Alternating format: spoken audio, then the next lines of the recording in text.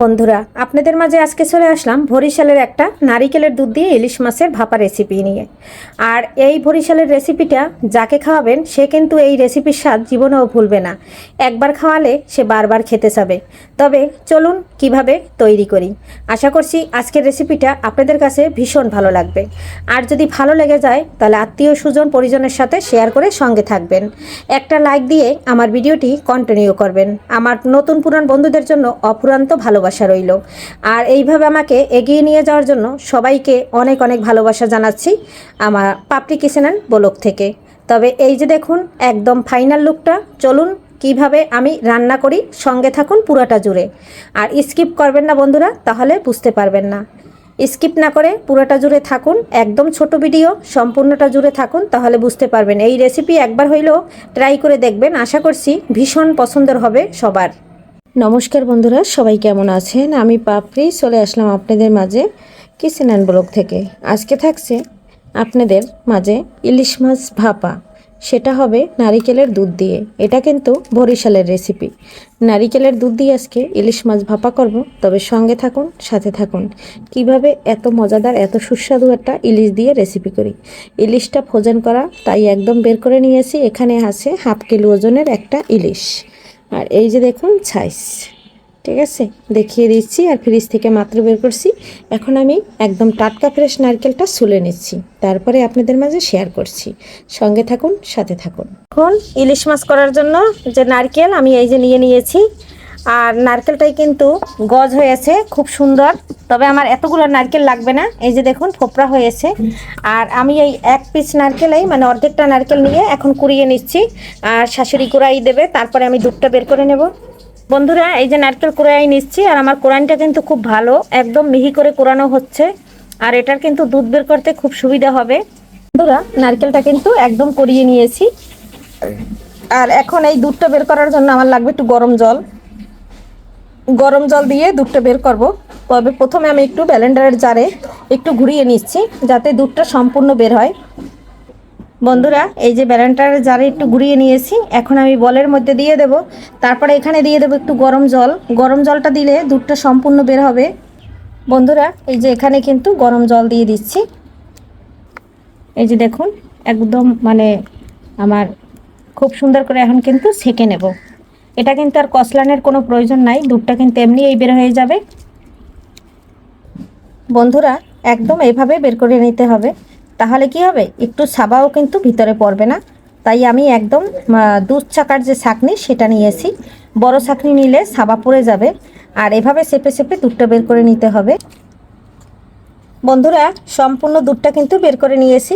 আর এটা কিন্তু একদম খাঁটি নারকেলের দুধ। আপনারা আসেন অনেকে নারকেলের দুধ কিনে নেন, কিন্তু সেটা কিন্তু ভেজাল থাকে। আর এটা কিন্তু একদম খাঁটি নারকেলের দুধ। আর এটা যদি দিয়ে ইলিশ মাছ ভাপা হয় বন্ধুরা, নিমিষেই প্লেটের ভাত একদম শেষ হয়ে যাবে।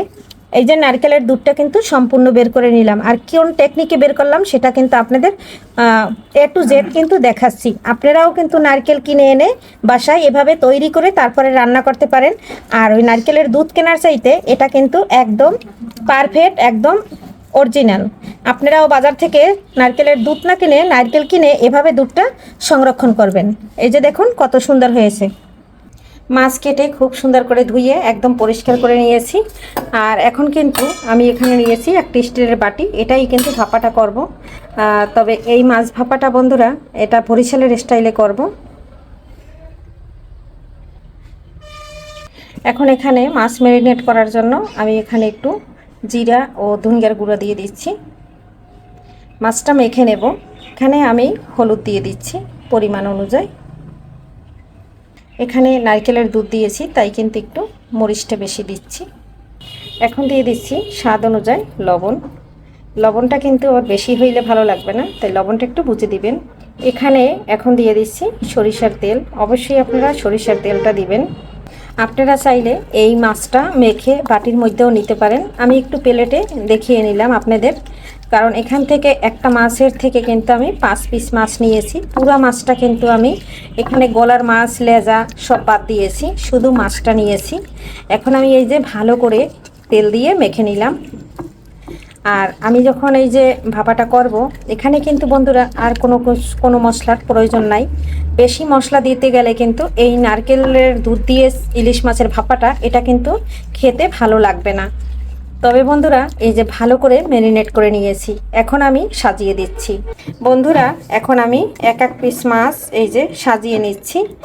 আর আমার বাটিটা কিন্তু একটু ছোট, তাও কিন্তু আমার 5 পিস মাছ অনায়াসে ধরবে, কারণ এটা কিন্তু হাফ কেজি ওজনের একটা ইলিশ। তো আপনারা যদি বড় ইলিশ নেন তাহলে একটু বাটিটা বড় নেবেন। আর এখন আমি এই মশলাটা খুব সুন্দর করে এর উপর থেকে দিয়ে দেব। বন্ধুরা এই যে দেখুন, মাছটা কিন্তু খুব সুন্দর করে একদম ম্যারিনেট করে মশলাটা দিয়ে দিই। নারকেলের দুধটা এর ভিতরে ঢেলে দিচ্ছি। আমি কিন্তু হাতটা খুব সুন্দর করে ধুয়ে নিয়েছি। এই যে দেখুন, নারকেলের দুধটা সম্পূর্ণ দিয়ে দিলাম। তখন কিন্তু আমি অনেকটা সরিষার তেল দিয়েছি, আর একটু সরিষার তেল দিয়ে দিচ্ছি। এখন দিয়ে দিচ্ছি এখানে এই যে 6টা কাঁচামরিচ, অবশ্যই কাঁচামরিচটা দিবেন। এখন আমি ঢাকনা দিয়ে ঢেকে দিচ্ছি। একদম A to Z কিন্তু আমি প্রসেসটা আপনাদের দেখাচ্ছি, আপনারা অবশ্যই বুঝতে পারবেন। আর এদিকে চুলায় জল বসিয়ে দিয়েছি, একটা স্ট্যান্ড বসিয়ে দিয়েছি। জলটা গরম হওয়ার আগেই দিয়ে দিবেন, সাবধান একটু দিবেন। এখন আমি ঢাকনা দিয়ে ঢেকে দিচ্ছি। ঢাকনা দিয়ে ঢেকে দিচ্ছি। এখন আমি এই ঢাকনাটা দিয়ে রান্না করে নেব 20 মিনিট। 20 মিনিট পরে আসছি বন্ধুরা, সঙ্গে থাকুন। বন্ধুরা 20 মিনিট পরে আমি স্ট্যান্ডটা সরিয়ে এখন নিচে দিয়ে দিয়েছি। এত সময় স্ট্যান্ডে রেখেছিলাম, আর স্ট্যান্ডটা কিন্তু ক্যামেরাটা অন করতে মনে ছিল না, এই যে বের করে নিয়েছি।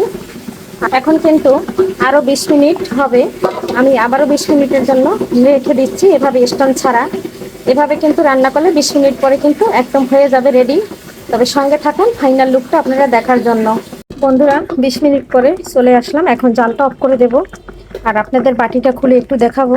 জালটা অফ করে দিয়েছি, আর বাটিটা আমি একটু খুলে দেখাচ্ছি।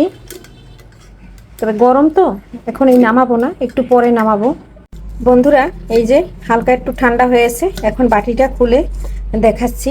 এই যে দেখুন ফাইনাল লুকটা কত সুন্দর হয়েছে, আর এত সুন্দর একটা ফ্লেভার বের হয়েছে। বন্ধুরা একটু নেড়ে দেখাচ্ছি, এই যে দেখুন কতটা সুন্দর দেখা যাচ্ছে। আর মাছটা কিন্তু সম্পূর্ণ একদম সিদ্ধ হয়ে গেছে।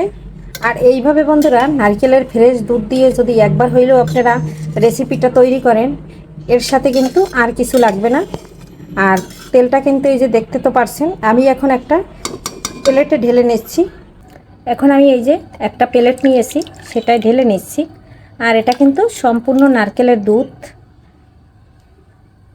বন্ধুরা পুরাটা ঢেলে নিলাম, দেখুন তো কত সুন্দর হয়েছে। দেখতে যেরকম লোভনীয়, খেতে কিন্তু অপূর্ব। একবার হইলেও বন্ধুরা এই রেসিপিটা করে খাবেন। আর আজকের মতো বিদায় নিচ্ছি। সবাই ভালো থাকবেন, সুস্থ থাকবেন। আবারও দেখা হবে নতুন কোনো রেসিপিতে। এরকম নিত্য নতুন রেসিপি পাওয়ার জন্য আমার সঙ্গে থাকুন আর সাথে থাকুন। আর কিভাবে আমি রেসিপিটি করছি সেটা সম্পূর্ণ জুড়ে থাকবেন, তাহলে বুঝতে পারবেন। এরকম একটা লোভনীয় রেসিপি যদি হয়, আর সাথে যদি থাকে গরম ভাত, আর কিছু চাই না বন্ধুরা, একদম জমিয়ে যাবে। আর আজকের মতো বিদায় নিচ্ছি, সবাইকে সুস্বাস্থ্য কামনা করে বাই।